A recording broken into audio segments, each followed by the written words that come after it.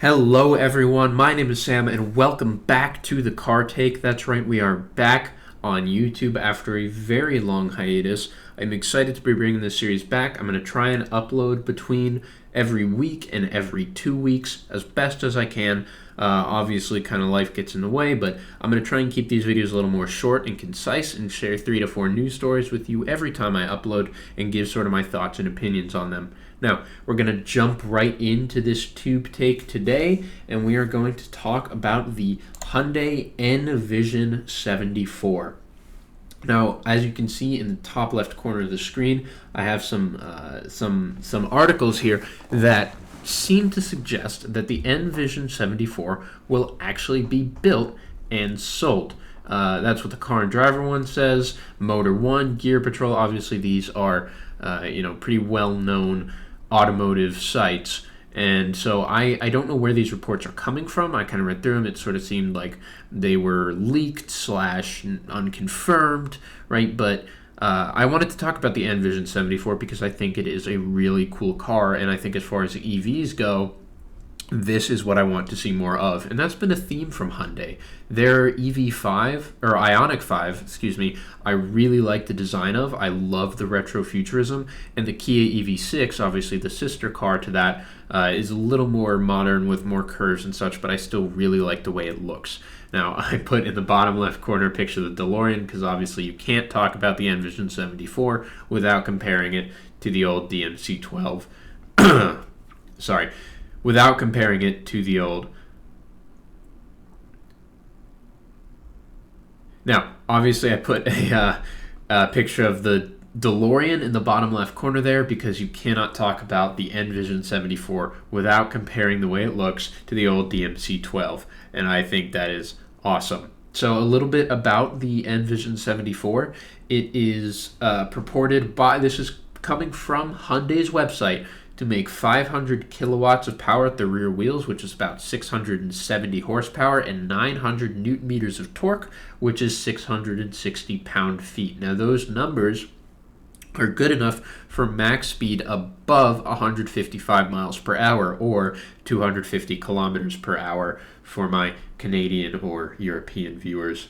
This will also they claim that it will have a range of 600 kilometers or 370 miles with a refueling time of only 5 minutes. Now, that is insane. Those kind of performance numbers, that kind of range, and refueling time comparable to a gas car. That is pretty crazy. I mean, that's where these cars have to be at for them to take over. My opinion on anything new that comes out is that it has to be better than what it is hoping to replace. The market will not change if it is just as good. It cannot be on par. It has to be better. And the biggest problem with EVs, aside from the lack of infrastructure, is that even if we had the infrastructure, charging them is an event. If you're going on a trip, you have to plan out stops. You have to find your charger. You have to sit there for an hour to an hour and a half. You have to go do something. Maybe you'll stop for lunch. Maybe you'll go to the casino and lose all your money. Who knows? The point is, it adds time to your trip. And it's extra planning, and people like convenience. Pretty much every market you go to, you will be upcharged for convenience. That's why you always say, you could do it cheaper on your own. That goes with pretty much everything. And with cars, it's no different. Convenience matters. Although I would not say it's easier and cheaper to make your own car. That's the one exception. So that 5-minute refueling time is pretty impressive. I'm not sure how they accomplish this, but I think it has something to do with the fact that this is not a pure EV. This is both a hydrogen fuel cell and EV that they're calling an FCEV for fuel cell electric vehicle, as opposed to like PHEV, plug-in hybrid electric vehicle, or BHEV, battery hybrid electric vehicle. They're calling this an FCEV. So I think it's really interesting, and I'm looking forward to seeing where it's going. Now, the next story that I wanted to talk about was this article from Fortune. This is a screenshot of the article up, so I won't be scrolling through it, just for copyright reasons, but I did want to kind of summarize this article. It will be linked and cited in the description below if you want to go and read it yourself, but essentially, what it's saying is that most new vehicles in Europe at this point are leased. So in America, obviously, the rise of leased vehicles has been occurring over the past few decades. You have a car for a few years, you go back, you trade it in, you get a new car. And it's very popular with people who want to change their cars every few years. They want to not have to deal with, owning it, and they're fine with always having a car payment. Now, with internal combustion engines, it's a little easier for dealers because once the car comes back, they can sell it used and someone buys it and it's no problem.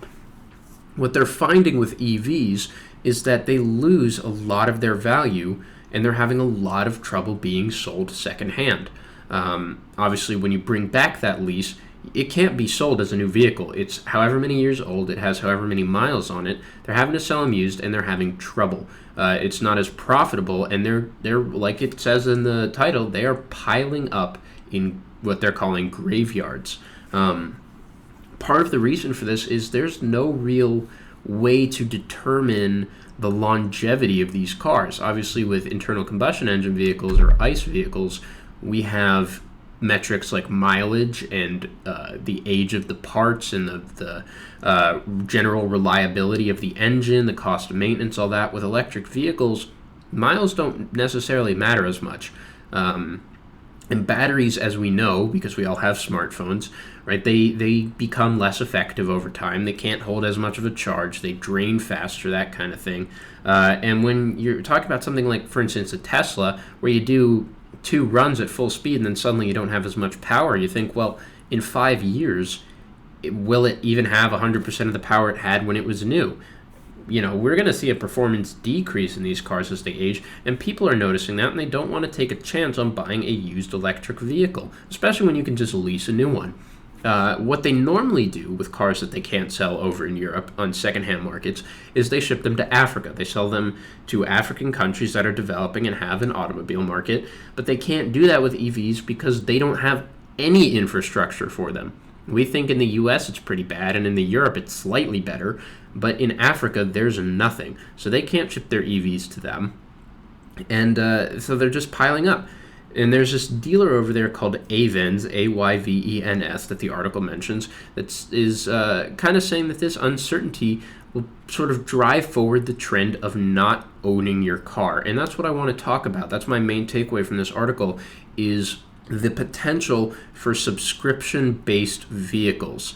Obviously, we have seen things like this before, right? BMW a year or so ago came out and said, we'll put these features in your car, but you have to subscribe to use them. And there was some uproar over that. And so I think it's, generally speaking, a bad thing to have to subscribe to own, but then you think, well, that's pretty much a lease.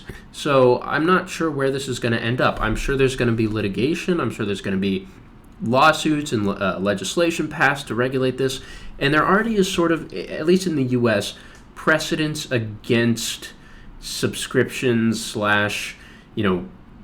working to protect the consumer when it comes to this. And this happened when Tesla, previously, if you bought a, whatever model you got, and then you paid the $10,000 to have full self-driving, and then you sold the car, they would remove that full self-driving because they could do it with software. They can just click a button and suddenly your car can't drive itself anymore. You paid $10,000 for it, now it's gone. The person afterward would go to buy it, and the dealer would say, oh, it's got full self-driving, and they'd get in, and Tesla would say, no, it doesn't. The other owner bought it. You have to buy it. And very quickly there were lawsuits, and it was pretty, it was decided pretty quickly that that is not okay. If a feature is purchased with the car, it has to stay with the car for the life of the car, not just for the term of ownership. So that precedent exists, and I think that's a good thing. Right, I think we need to see some more consumer protection for these, subscription-based models, because obviously that's all the rage nowadays. That makes a lot of money, but it also can screw over consumers. In the last topic we're going to talk about, I'm going to show on screen this clip of me scrolling through the Car Guru's used car market trends. Car Gurus is a site I like to go on and window shop for cars that I can't afford, and they track the prices of used cars.